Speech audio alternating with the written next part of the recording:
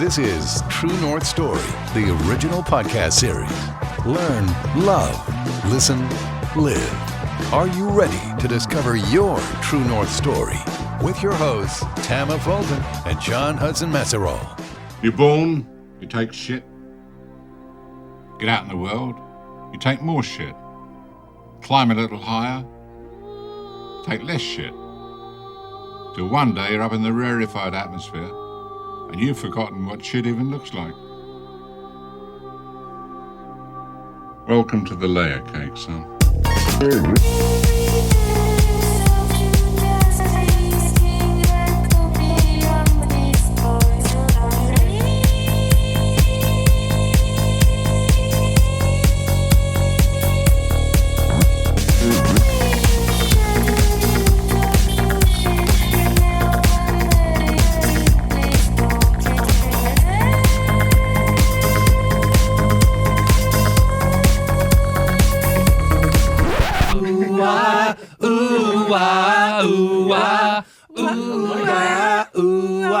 Why do fools fall in love?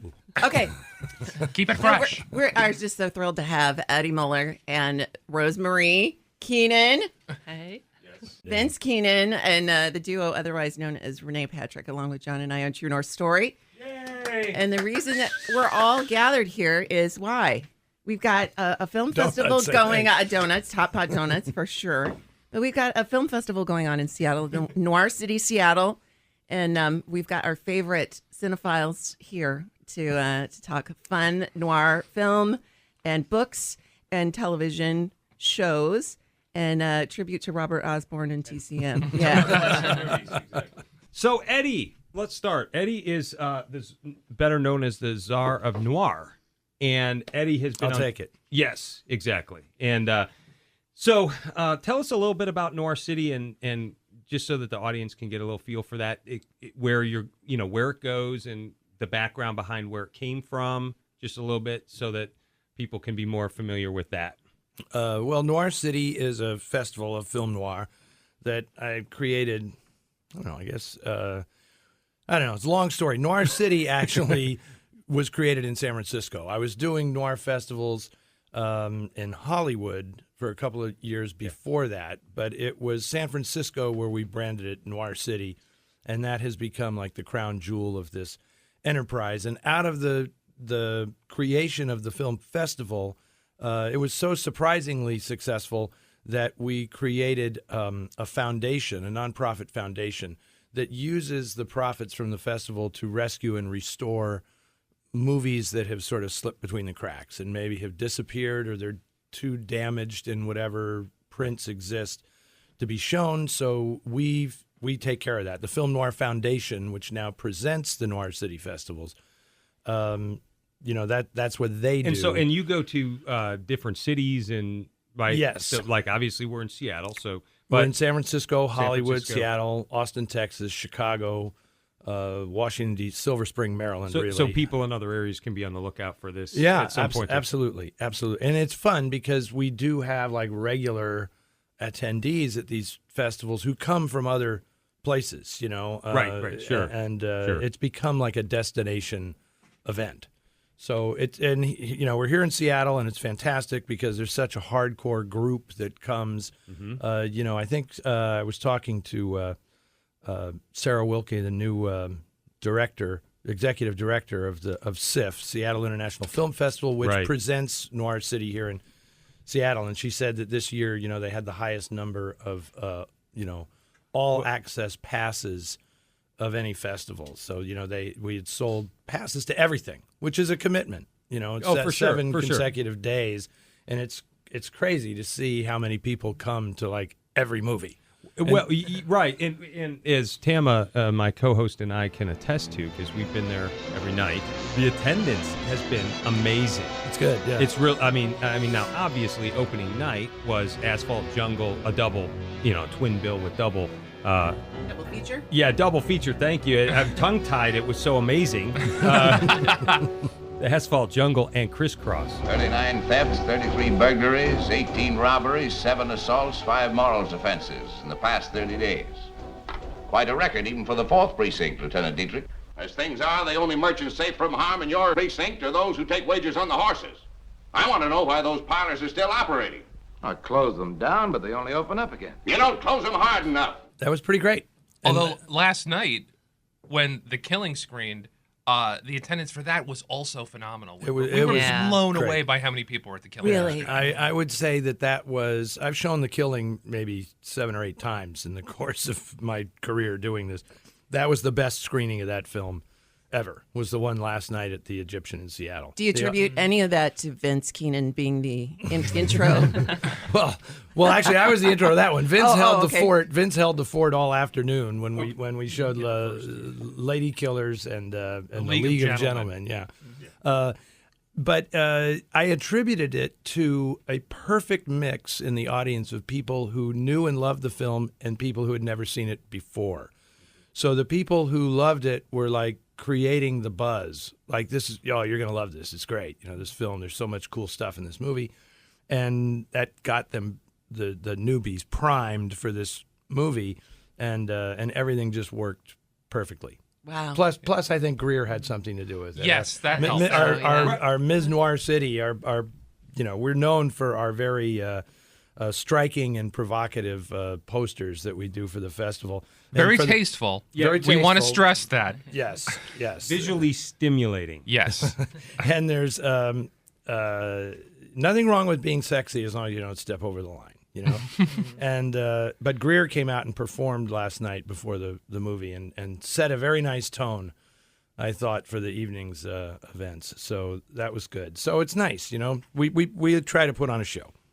Well, and a lot of people don't know that Killing is directed by Kubrick, right? Yes. Oh yeah. So I mean, and that, which I've seen it before. I'm sorry, I'm standing away from the microphone, but I've seen it before. It is an amazing film. But all the films you picked, and so have been really, really, really good this year. Traditional noir, 40s style type stuff, and then there's into the 50s, and then there's some more 70s and the heist parts. Talk a little bit about that. Well, the theme of the festival this year is heists.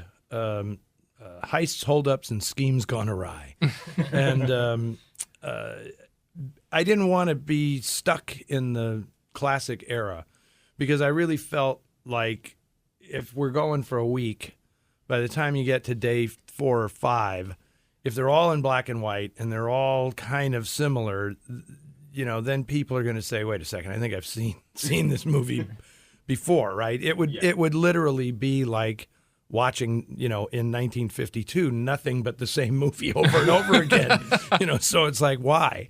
But I love the theme so much that I thought this would be really fun if we do a little time traveling and show people this type of movie from the 40s, 50s, into the 60s, the 70s, up to like Sexy Beast, and we're ending with a film called Victoria that's very made in Germany in 2015. That what I really like about it is I'm sort of known for being the film purist. I try to show 35 millimeter prints wherever possible, and that's what when we restore a film, we restore it in 35 millimeter. But while I'm totally dedicated to that, I'm not really the purist that some people think I am. I'm a purist for like quality and ingenuity and stuff. And so Victoria is a film that could only exist digitally. Digital technology has to exist for this movie to be made because it's a film told in one single 138-minute take. Right, so you can't do that in, Alfred Hitchcock tried to do it in rope back in 1948, but it's like we can only shoot how much film is in the camera, right? Then they have to find creative ways to hide it. But this is 138 minutes straight on. From the time it opens to the last shot of the film is one take, and it's extraordinary. So I wanted to show that because it does revolve around, there's a heist in the middle of the film that, so it qualifies for the festival. As a heist film. Well, yeah. and I will say that the taking of Pelham 1, 2, 3 is tonight, so we're super excited about that.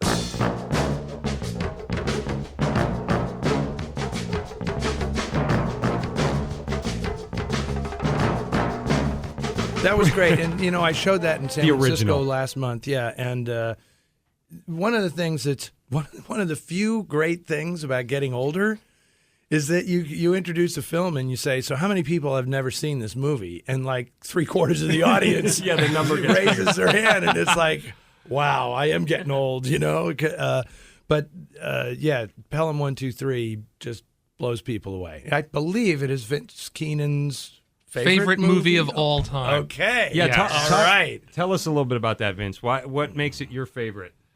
I think it's probably because it's the New Yorkiest movie ever made.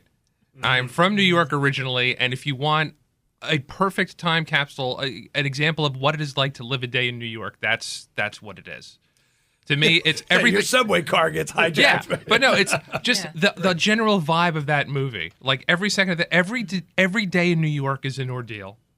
Everybody has a smart answer. Nobody cares about your problems.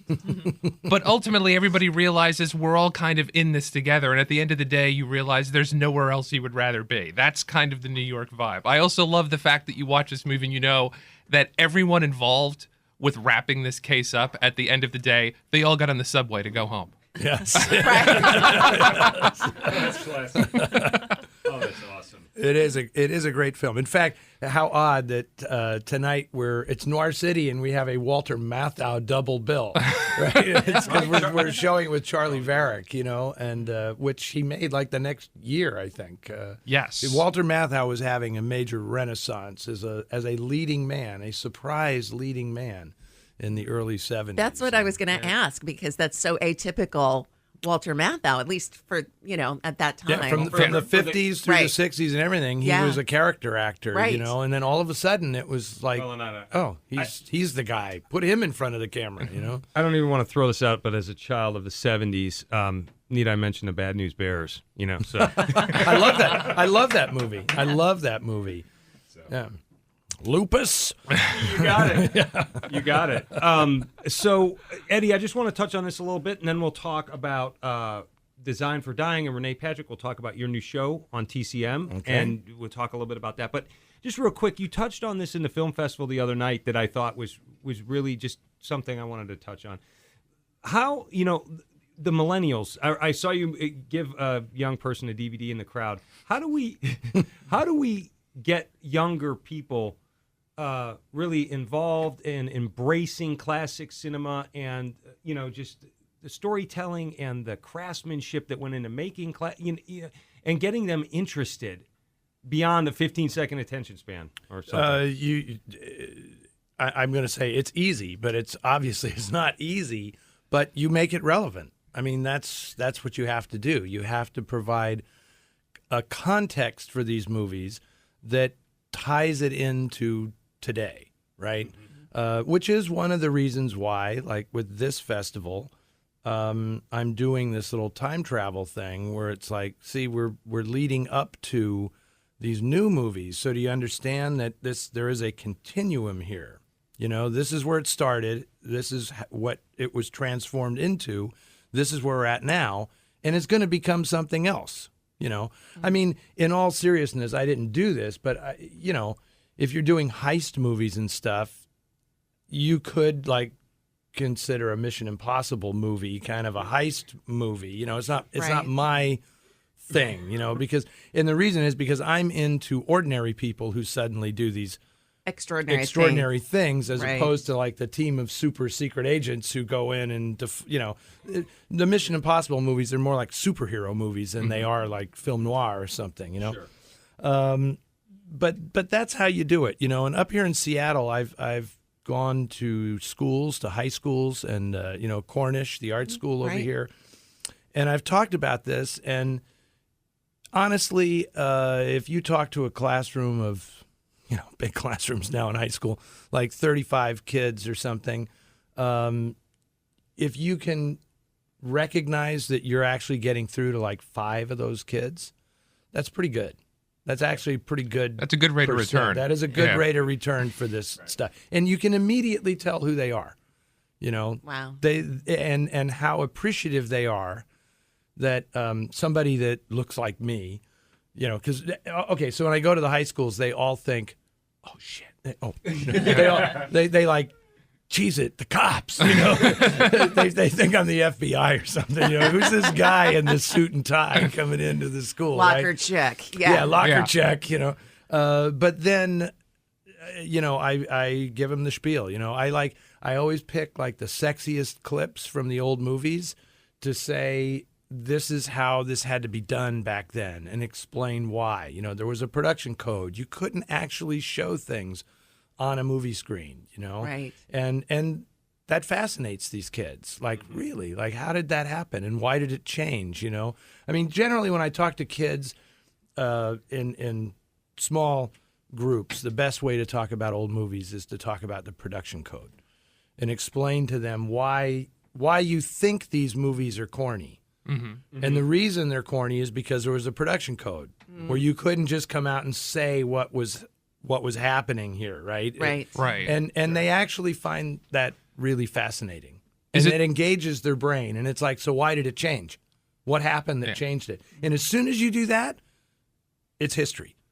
It's like they have shown an interest in history. It's sort of that's why I say it's sort of that simple. But you got to be able to do it, right? And engage with them. Right. Is it the rule-breaking aspect of it that you think that appeals to the kids, where you explain to them there's a production code, and then all of these filmmakers had approaches to kind of bend the rules a little bit, and that, I think, would really resonate with kids. They're trying to put it over on the man. Well, there is that, but there's also the realization that the point of it, like, well, this is the way I explain it. I use this all the time with kids in the schools. I say, you know, these are the these are the films that your grandparents went to see, right? Yeah. And it may come as a shock to you, but after they saw this movie, they had sex. and that they're kind of like, what? Right. You know, and it's like, no, I mean, they actually did the same things that we do now. Yeah. Just you couldn't show them on a movie You had to screen. allude to them. You had to allude to them, yeah. Yeah. And that in and of itself is kind of fun because you realize that you have to earn that, you know? You have to earn that in the film. Yeah. And that's something Tam and I talk a lot about is that, you know, young people, they're so driven visually, you know, because everything is like very true. versus like the build or the development or the arc or the, you know, the earning it, to use your point. So it's like, you know, okay, well, you can put nudity in a film, but it needs to be there for a reason. It needs to be part of the story. You know, you can't just be gratuitous because then it's just gratuitous. Right. Right. You know what I'm saying? But I know exactly what you're saying. I mean, Jane Greer, who was in Out of the Past, she was an actress in a lot of these movies. I mean, she told me a great story about how she's one of the few actresses from that era who was in the original film Out of the Past, and then she was in the remake that they did decades later, right? Against all odds. Against all odds, and she played the mother of the character she played in the original movie. And she said, you know, I knew it wasn't going to work, you know, in the remake because it was obvious. Everything about the remake was obvious, whereas everything we did was mysterious. Right? Mm-hmm. And like it was the slow build. And when Robert Mitchum falls for her in the original film, it's drawn out and it's very symbolic, you know, and when they finally do get together in that bungalow in the rain, you know, the camera drifts away and the windows blow open and the curtains billow and you see the rain and all this stuff. Right. And it's like, you know what that means, right, kids? And but she said that's why that film remains timeless. Yes. And the remake was just like they get to it. I mean, it's just like Jeff Bridges and Rachel Ward meet and 5 minutes later their clothes are coming off and you see everything there is to see. And it's like, where's the mystery? You know, where's the drama and the suspense of it? So, and she was right. She was right, 100%. Well, and that's one thing that we're talking about, like in this content strategy course I'm teaching. It's almost more of taking on more of a storytelling narrative. And Vince was so kind to be one of our guest speakers in class, which thank you, Vince. That was awesome. My pleasure. And but it's about, you know, it's trying to get people to think in a more of a storytelling format. And what we'll do is we'll switch over and talk to Vince and Rosemarie for just a minute, and then we'll come back to the TCM show. Because Vince and Rosemarie are Renee Patrick, and they are, Sadly, yes, this is true. Exactly. So You'll have to explain that. I don't understand. Yes. Yeah. We'll For our audience that is unfamiliar, Renee Patrick is your pen name, your joint pen name. Our joint right? alter ego. Yes. Yes. Because she exists in some way. Oh, she's real. Yeah, she's a real person. She's real and she's scary. No. So tell us about Renee Patrick and Design for Dying and your new book that is coming out in April. Yes. Well, as you said, Renee Patrick is our pen name. We wrote a mystery novel that came out last April called Design for Dying. And we Recently nominated for the Agatha Award for Best Debut Mystery. at the Malice Domestic Conference. Yeah. Fantastic. Yeah, we're pretty excited about that. And the second book in the series is called Dangerous to Know, and it comes out on April 11th in hardcover. Fantastic. I'm very excited about it. And these are all And books. they're good. So I read them. Unsolicited I would say testimony. it even if they weren't my friends, honestly. I mean, they're So really tell good. us a little bit about Edith Head and how she plays a part in these books. Well, this is all your idea. I will give you full credit for this idea. Well, you better. 'Cause Yes. It's the truth. That's true. That's right. It is true. So Vince is the managing editor of Noir City, which is the magazine of the Film Noir Foundation. And it occurred to me that I wanted to write an article about costumes in film noir. So I started researching about that, and I was reading about the life of Edith Head and her long, long, long career, because she was around forever. And it just occurred to me one day, I was like, well, wouldn't it be great if Edith Head could solve a mystery? Because I love mysteries, and I love movies and costumes and fashion. And I told Vince the idea, and he just jumped on it. I'd like to think I know a good idea when I hear one. And When your wife tells it to you. yeah, exactly. Yes, They're all good. they are all good, actually. But I loved your explanation for why she would be a perfect detective, considering what her job was. Right, because she was a costume designer. She was, there's no secrets in a dressing room, right? You're down in your skivvy. She's got the tape measure. There are no secrets. And it's also a place where actresses can feel comfortable and they can tell her things. And so she would really be in the know of everything that was going on in the small town of Hollywood. Is that true to life? Like a hairdresser or anybody else that a woman would confide in? Mm-hmm. Yeah. Oh, Tell absolutely. you secrets, definitely. Yeah. I mean, Edith Head always used to say that her job was a combination of magic and camouflage. Oh, I love that. And we would, and there is something that, if that's your approach to costume design, that lends itself perfectly to mysteries. Yes. Yeah.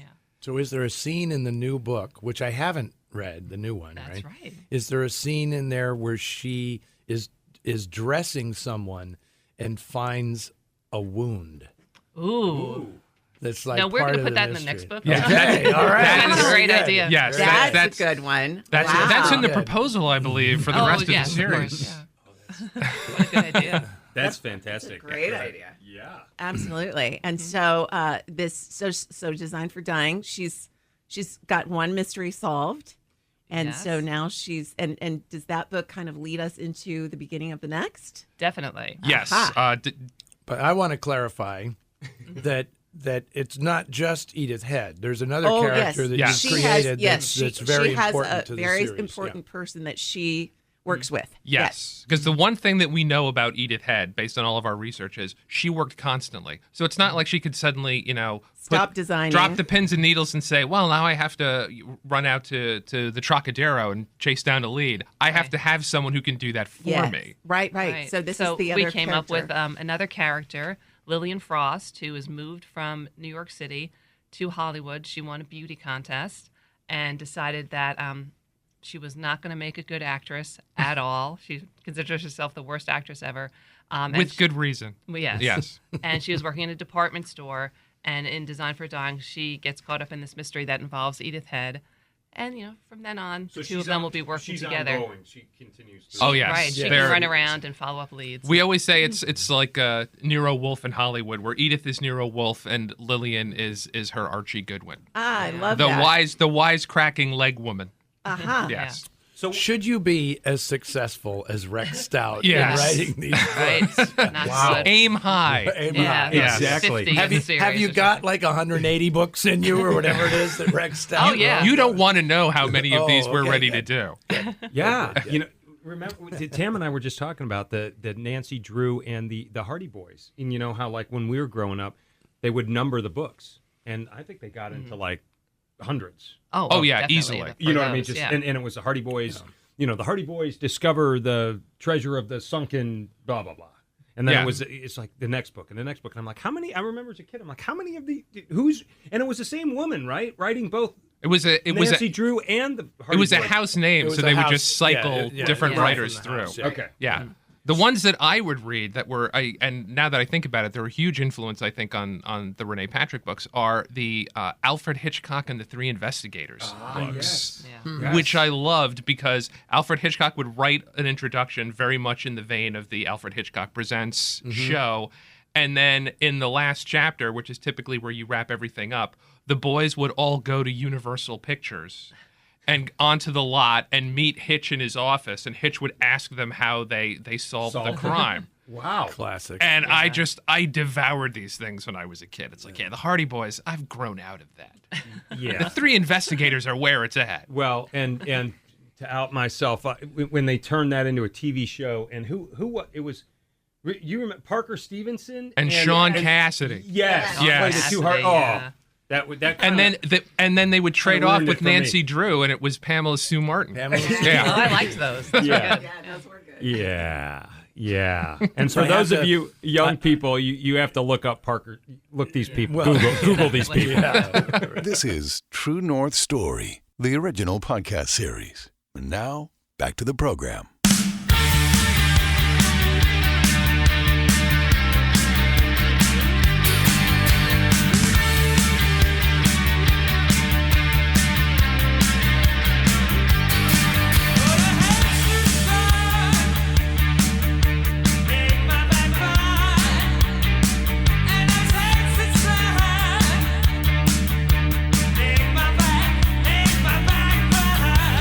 Eddie is also an author and the founder of the The Film Noir Foundation. Yes. which I'll get right on the podcast. And and he's been a guest many times introducing things on Turner Classic Movies. Indeed, yes. Yes. Yes. Summer of Darkness. and Summer of Noir, Darkness. yeah. That's right. And now, Eddie, Wine Club. we have some more Eddie Muller to look forward to when you've got your new show coming. Weekly show? Is that what it correct. is? Yes. Yes. Announced. Tell us. This is amazing. Well, Breaking I'm news. very happy to say that TCM is giving me my own weekly show on TCM. So I will be on every. It's about time. It is called Noir Alley. I will be introducing classic film noir every Sunday morning, which is That's interesting. it's interesting, right? 'Cause, Yes. everybody has that reaction. It's like, wait a second, why aren't you on at like 11 o'clock on a Friday night or something like that? Right. But when you really stop to think about it, it makes perfect sense. I mean, I don't want to talk, inside baseball stuff here on the reason they do these things, but I think they're looking for just what we were talking about earlier, John. They're trying to figure out how do we connect this with a younger audience, with a younger demographic, right? So the audience that we're after is probably going to be out on Thursday, Friday, and Saturday night. Right. That's their nights to be out, right? They're probably not going to watch on Monday, Tuesday, and Wednesday nights because they work for a living, right? So what's the best possibility for them to actually sit in front of a television set and watch an old movie? It's probably Sunday morning, right? Perfect. So I feel like, that's a really good spot, right? And it has other advantages as well, which you'll see when you watch the show. It allows me to be a little different in the introductions and stuff because you're playing with the fact that it is Sunday morning and And where have you been Where have Saturday you night? been on Saturday night? You know, I And love what do it. you regret doing? what do you regret doing? You know, Yes. and yeah, you've So come to the right How much place. listening you Where, So 18 to 35, basically, is your audience. We're not you know? turning away anybody. you know? No, but you're so right. I mean, you're not turning away anybody because you've already got a solid base of fans. But those are the ones that TCM does for sure. TCM does, Yeah, and yeah, Eddie yeah, does. yeah. But just for getting those folks introduced to all Well, of this. that's the idea, you know, and you know, my job essentially is to be credible to the people who are already into this stuff and already know all the names of all the character actors that appear in every movie, right? Sure. I have to maintain my credibility with those people while I'm bringing in an entirely new crowd who knows nothing. So every introduction is a balance between these two goals, right? Yeah. You do a little something for the insiders, you know, that's almost like a wink and a nod to these people, like, you know, the great Percy Hilton played the bartender in this movie, you know, and like everybody else is like, who the hell is he talking about, you know? But then you go back and say, you know, this is how Burt Lancaster came into the movies, you know, and it may be the first time somebody is watching Burt Lancaster in a film. You know, you don't know. Yeah. I mean, this is something that I'm very aware of because I do live shows, you know, and like last night here in Seattle when I said to the audience how many people have not seen The Killing before, and a huge amount of the audience responded, and I realized like this is what we're here for. Right? Like, Yeah, you are so fortunate that the first time you watch this movie is going to be in a big theater on a big screen with an enthusiastic audience, you know? Well, and that goes back to what you were touching on with the selection of the films for the festival, is that even people like me who in Tama who love films, there are films in this series that we have not seen. That we want to see. And how better, right? I mean, Well, last night after The Killing, we showed a movie called Cruel Gun Story, which is a Japanese film from the early 60s with a guy, Joe Shishido, who nobody really knows in this country, but, you know, he was a big star in Japan. And it was funny because people are watching the movie and there's so many parts of it that are just like The Killing, that I could hear people in the audience kind of laughing like, this is a Japanese version of this other movie we just saw, you know? Which goes back to universal themes, right? Of course. And it's like, I think, you know, I like to think that in that audience last night were people who maybe for the first time were seeing a Japanese movie. And the takeaway from that is that they're not really that different than American movies, but they're different in crucial ways. Like, you know, an American film of that year would never have been that violent. I mean, it kind of stunned people like how violent that movie is. So interesting. Yeah. Was it rating systems or just culture, or you just don't know? There's a thing about the Japanese audiences don't demand authenticity the way American audiences do. So the violence is more play violence than anything else. I mean, you see that these guys, when they're smacking each other around, it's a little fake, right? And that's important because that allows the movies to be as violent as they are. Because you can tell it's nobody not takes real. them too You know, they seriously. die these guys Right. get shot and they die very dramatically, you know, like clutching and turning and falling, you know. So did they all go to the William Shatner School of Acting? Among my people, we carry many such words as this from many lands, many worlds. Many are equally good and are as well respected. But wherever we have gone, no words have said this thing of importance in quite this way. Look at these 3 words written larger than the rest, with a special pride never written before or since. Tall words proudly saying, "We the people." I just had to throw that in there. Sorry. All right. So real quick, I want you to tell just a little bit, Eddie, about if you can, if this is not too much inside baseball, about the set and what it's going to look like, and just kind of give a little honestly, production by design. By the time this this podcast airs, I'm thinking if you go to TCM, you're going to be seeing promos for this show, right? Because fortunately, Noir Alley. Noir Alley, they built a gorgeous set. They built a gorgeous set for this show.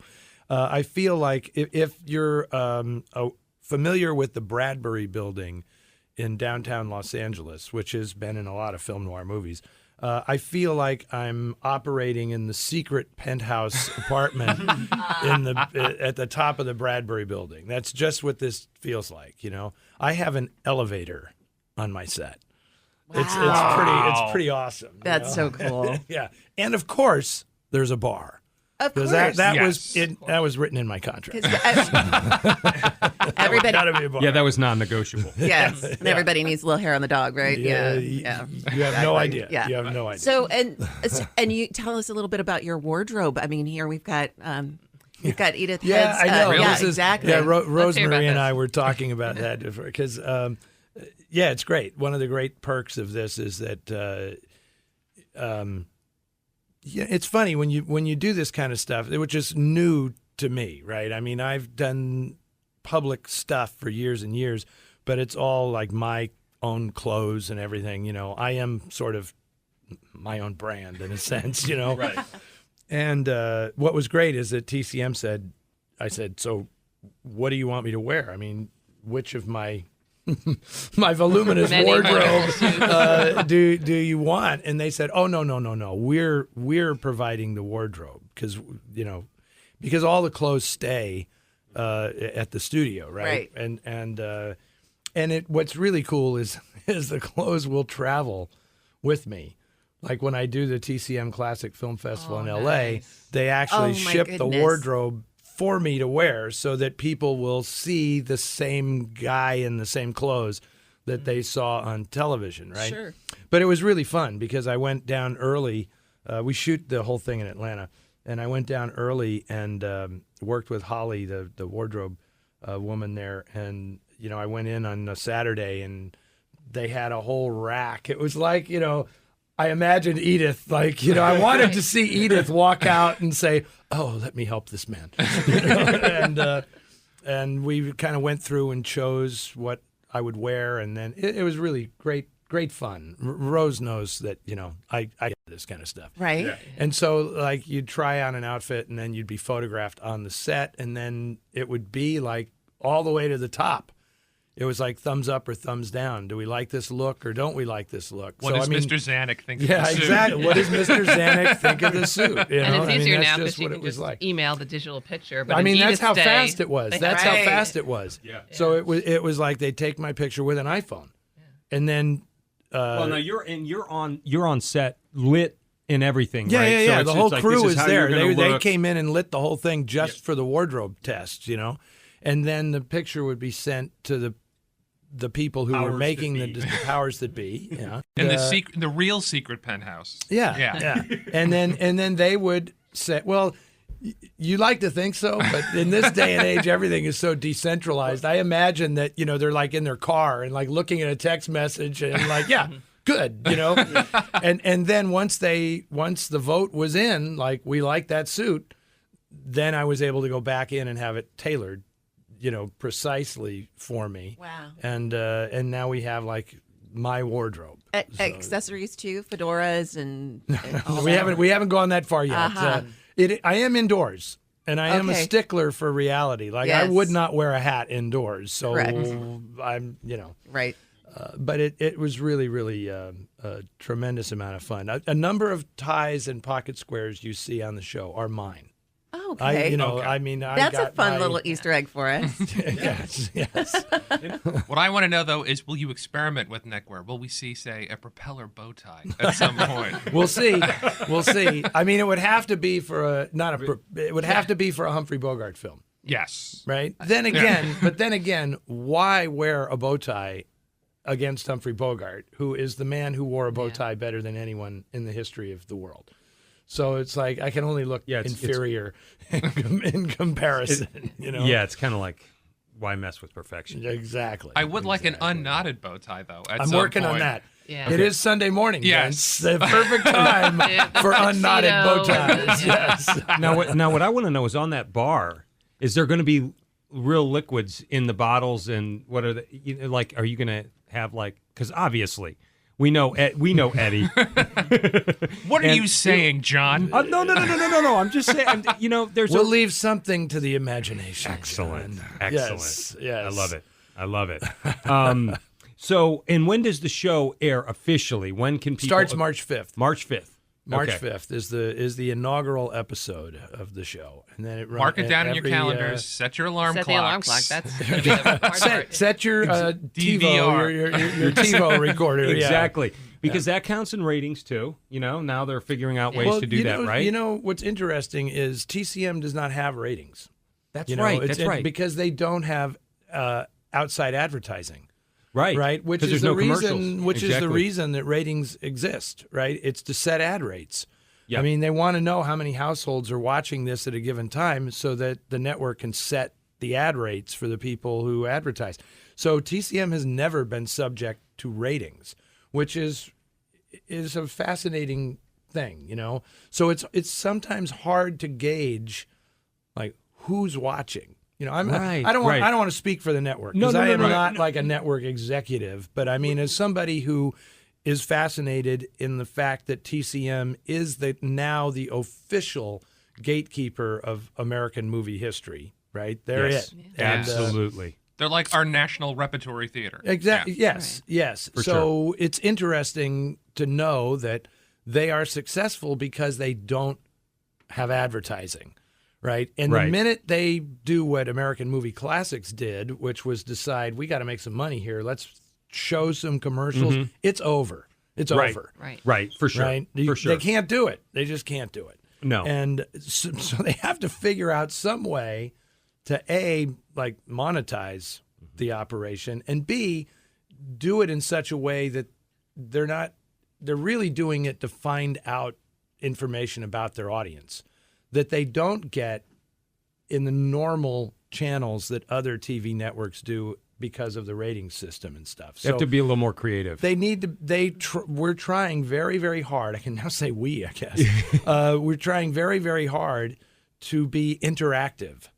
Mm-hmm. So, communicate with us.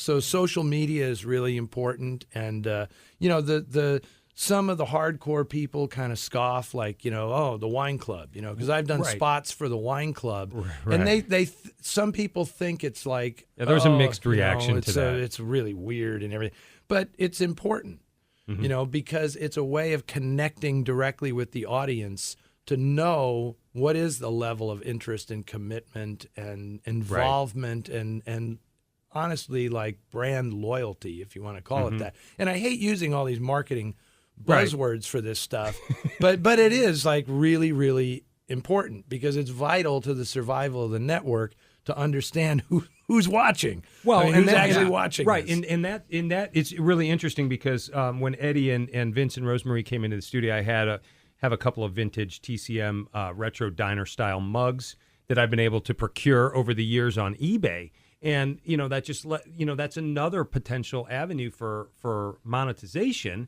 If there were some apparel and some items that were a little more, I think, interesting. I don't know. Yeah. Well, they don't have a lot out there. It's funny that's what I'm trying to say nicely. You used, John, the ultimate buzzword, monetization, right? Right. But here's the deal about that I find so interesting is because a lot of hardcore people who are in it for the love of the movies and the art and everything, they bristle when you talk about how do we monetize this, right?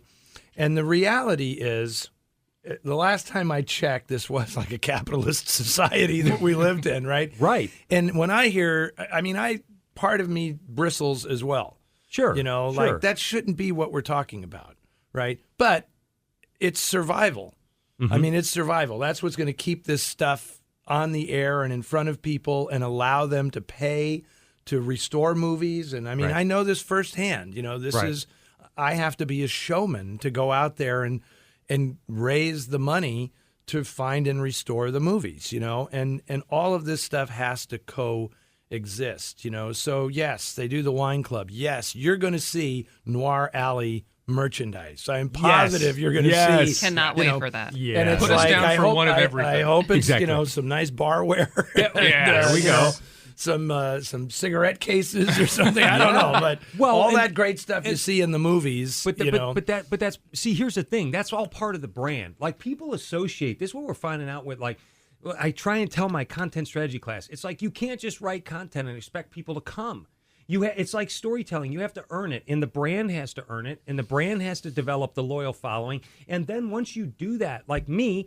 Or other people like me, they'll go out and buy stuff because they want to associate with it because it's a part of their life. It's such a big part of their life, of who they are and what they associate with. So whether it's classic film, film noir, all part, pre-code, whatever, silence. I mean, people will just so TCM has this amazing brand, and you're going to have this new show, and you guys have your book series, and it's just all part of building that audience that wants to get their hands on more and more stuff. Yeah. And the monetization part is just a byproduct. It's just downstream at that point. Well, that audience is out there, and they do feel a sense of ownership in what TCM is doing in a way that I think a lot of other networks don't even have any concept of. Absolutely true. Because one thing that we've taken advantage of a little bit is we're big fans on Twitter of the TCM Party hashtag, which as far as we know is kind of an organic thing that just happened among fans of the network. Right. But if you go on Twitter and search that hashtag 24 hours a day, fans of the network are talking about whatever movie is on at that time. Right, in the moment. It's so great. And they'll be making jokes or just giving you some history and background. It's wonderful. And whenever they're showing a particularly interesting Edith Head movie, Renee Patrick will hop onto the hashtag and kind of walk everyone through it. We just did one for Lucy Gallant, which is a movie that Edith Head appears in. At the end of the movie, there's a fashion show at this new department store, and they fly Edith Head out from Hollywood to walk everyone through the new fashions. And we went on the air live, basically, and talked about the movie and explained something of the history of this. And every time we do this, we are astonished at the range of people who were on there. Right, and you get a bunch of reaction, people putting little hearts on it and retweeting it. And, but, we'll end up in conversations with people, who were like, a lot of millennials, people in their 20s who are obsessed with classic Hollywood, huge numbers of people from the heartland. It's always amazing to us to see just the diversity of their audience. Exactly. And, kickoff, the Thursday night, the kickoff of the Noir City here in Seattle, you showed a nice, beautifully edited piece by a young woman. Yeah, Serena Bramble. Okay, Serena Brown. How old is Serena? Well, she's older now, but when I first met her, she was 18 years old. Yeah, I mean... Yeah. And she's brilliant. She's, and her stuff is on YouTube, right? Yeah, she has a YouTube channel, and, it's astounding. I mean, I met her because she did a film noir, it was called a Valentine to film noir, that she just ripped stuff off these DVDs and then reassembled it all on her laptop, Yeah, and it was like powerful. Brilliant. But her understanding of noir and its power when she was 18, incredible, astonishing, right? Incredible. Yeah. Right. So that gives us hope. That's a hopeful way. And when is the second book coming out for Renee Patrick? It'll be out on April 11th. April 11th. Dangerous I want to ask you guys a question. In your planning, when you say you have all of these stories in mind, is Edith going to age in the series? Oh, absolutely. Yes, because we want to be able to move on in her career and see all the different films. Precisely. And it's interesting because this is something that a lot of crime fiction authors who write a series have to deal with, because oftentimes the publishers are like, no, this worked because it's in this period and this, and we want her to stay there, Right. And very often, I'm thinking of like Walter Mosley with the Easy Rollins books when he actually aged. That was part of the whole concept from the beginning. And of course, with Edith, it's like I want her to be working with Alfred Hitchcock. Right. I want to get Audrey Hepburn in there. You got to move right. And forward. Just for people that may not know, kind of what was the years that Edith Head would have covered? All of them. All of them. Really, exactly. all of Hollywood. Really, she started at Paramount in 1924. Wow. She became the head of the wardrobe department in 1938, and she moved over to Universal in 1967 and did her last movie, which was Dead Men Don't Wear Plaid. In With Steve 1981, Martin, right? Okay, So that's a 1981, career that for basically 24 to 81, which is astonishing. Which is great because I introduced Dead Men Don't Wear Plaid at the last TCM festival.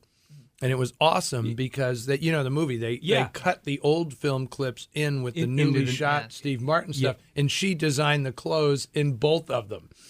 Like the original clothes that Burt Lancaster is wearing in the old film clips are Edith Head designs. And then she's designing the clothes for Steve Martin and Rachel Ward. It's in so the new amazing. movie. And that's how she ends her career, is going back and redesigning. And, of course, she has to redesign Barbara Stanwyck's wardrobe so that Steve Martin can wear it at one point. Right. Pretty awesome. Yeah. But that's one of the huge attractions for us about this is tracking Edith's career over the course of several books is something that we want to do because it's an astonishing career. I mean, right. And that was one thing I was going to ask you was, just to give the audience like the period, right. Which is a great question, Eddie, because you're going to move through it in the series over time, right? But where does it start? Where's this book coming out in April? Where is it? Is it like, would you say it's in the 20s? Is it? It's 1938. It's after she has gotten the job, but she still doesn't have her sea legs under her. She's convinced that she's just a placeholder and that they're going to bring in a big name designer, which was actually the case. Okay. She's unlike all of her contemporaries, she started out as a sketch artist and worked her way up. She didn't have her own salon in New York and wasn't designing for socialites and Ziegfeld girls. And this is something about her that always appealed to you. She's a working woman. She rose through the ranks. Yeah. To become at a time designer when and then just when hung it on was to the job. very difficult, I would think, to do so, Oh, especially in the industry dominated by men at that point, right? And was she the only female head of a wardrobe department at a studio? Yes. At that the time, yes. she was, and then that changed. But. That changed, but she was, and one of the... She's kind of a pioneer. Oh, yes. Definitely. Yeah. And what we loved about her is partly because of this insecurity that she wasn't sure how long she was going to have the job. She, years ahead of anybody else, basically invented a brand. She built her own brand. And part of that was the wardrobe, where she would wear the same kind of suits and the glasses and the hair. She created a very distinctive look for herself. But she also took advantage of every opportunity that came along to put herself in the public eye. She was one of the first people to go on television and critique fashions. Right. She went on the radio first and imagine, then television. Imagine what she'd be doing today. Oh, yes. Holy cow. She did makeovers, like the first one to do televised makeovers of people in the audience. Wow. She did that on Art Linkletter's house party in the 1950s. Oh, my goodness. Yeah. She was one of the first people actually to do Oscar night fashions. This is a piece that we wrote just fairly recently, just talking about Academy Awards fashions. Is that she served as their fashion consultant and did one of the first pre-shows. Where I mean, like she was the Joan Rivers. She was. She did Yeah. Oscar Night in Hollywood in 1960, where she was talking about what everyone was wearing as they were getting out of their cars. So she did this decades before Joan Rivers did. That's unbelievable. I don't know what's more pressure for a celebrity, to have Joan Rivers critiquing you or to have Edith Head critiquing you. You know, well, I think I think it's Joan Rivers because Joan doesn't really care what you think, but Edith is saying, "Well, I might dress them at some point, so I wouldn't want to." She was very political. And she knew what she was. Exactly.